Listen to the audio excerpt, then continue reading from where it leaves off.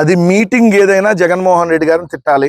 ఈ దప్ప చంద్రబాబు నాయుడు గారికి లెగిసిన దగ్గర నుంచి పడుకునేదాకా నిద్దట్లో కూడా కలవరుతున్నాడేమో.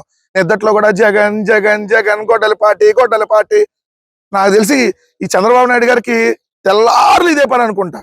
నిన్న క్యాబినెట్ మీటింగ్ జరిగితే క్యాబినెట్ మీటింగ్ లో కూడా ఏదైతే గొడ్డల పార్టీ అంటాడు, జగన్ గారి మీద విమర్శలు చేస్తా ఉంటాడు.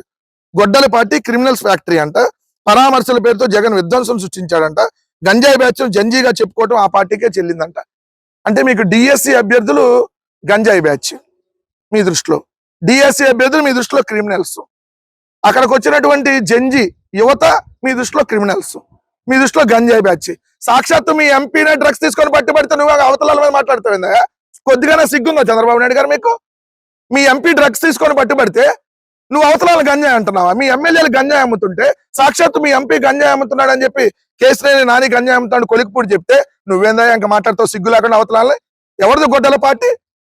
ఈ రోజు రాష్ట్రంలో తెలుగు గంజాయి పార్టీగా, తెలుగు డెకాయిట్ పార్టీగా, తెలుగు క్రిమినల్స్ పార్టీగా ఈ రాష్ట్రాన్ని సర్వనాశనం చేసినటువంటి దుర్మార్గులు మీరు కాదా?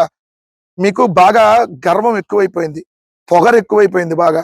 ఏదైతే చేతిలో అధికారం ఉంది కాబట్టి ఏదైనా చేస్తాననేటటువంటి అహంకారంతో మీరు ప్రతిరోజు విర్రవీగి మాట్లాడుతూ ఉన్నారు చంద్రబాబు నాయుడు గారు.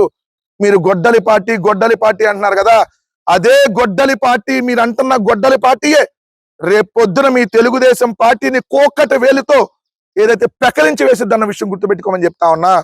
పరశురాముడి గొడ్డలి మీకు తెలుసు కదా, పరశురాముడి గొడ్డలి ఇలానే గర్వంతో విర్రవీగే వారిని అణిచివేసింది ఆ పరశురాముడి గొడ్డలి.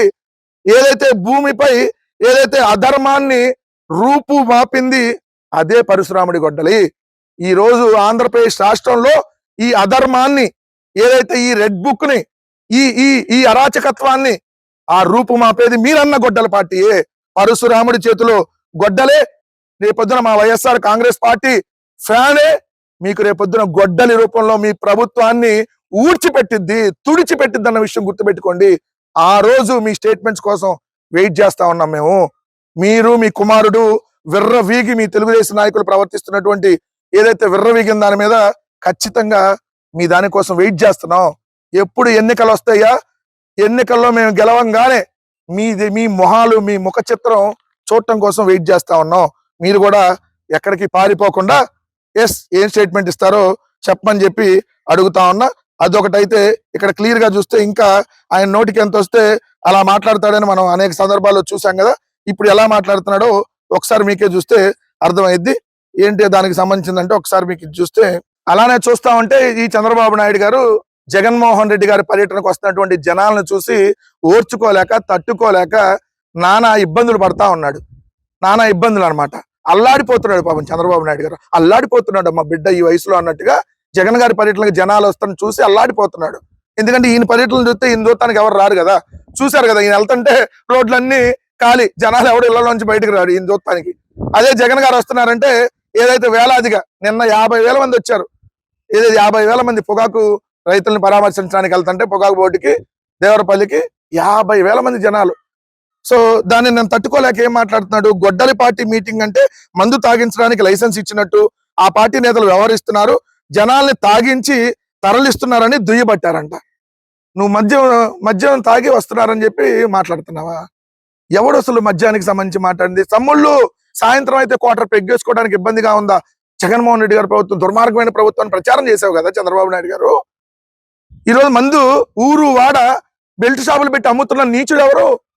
మందు అమ్ముతున్న నీచులు ఎవరయ్యా ఇవాళ? ఊరు వాడ బడి వైన్స్, గుడి వైన్స్, బడి పక్కన గుడి పక్కన కూడా అమ్ముతున్నటువంటి దుర్మార్గులు ఎవరు? తెలుగుదేశం వాళ్ళే కదా అత్యధికంగా మద్యం తాగేది రాష్ట్రంలో. తాగమని ఎంకరేజ్ చేసేది కూడా మీరే కదా.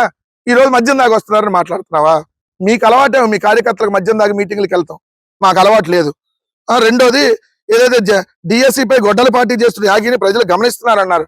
మేము యాగి చేస్తే ఎంక్వైరీ చేస్తే వెళ్తావా? నీకు దమ్ముంటే సిబిఐ ఎంక్వైరీ ఎందుకు భయపడుతున్నావు నువ్వు వేయటానికి? అంటే మీరు తప్పు చేశారనే కదా దానికి అర్థం. ఇదొకటైతే ఇంకా ఎలా ప్రచారం చేస్తాడు? నిన్న ఆల్రెడీ ఒక మహిళకు చెందినటువంటి అల్పాహార దుకాణాన్ని ధ్వంసం చేశారు. ఆ మహిళ రోధిస్తున్న నిర్దయగా వ్యవహరించారు, దేవుళ్ళ చిత్రపటాలని పారేశారని చెప్పి ఒక దుష్ప్రచారం. నిన్న మహిళ వాళ్ళ కుటుంబంతో వచ్చి జగన్మోహన్ రెడ్డి గారిని కలిసింది, అక్కడ జరిగినటువంటి విషయాన్ని చెప్పింది. ఎవరు కూడా ధ్వంసం చేయలేదు.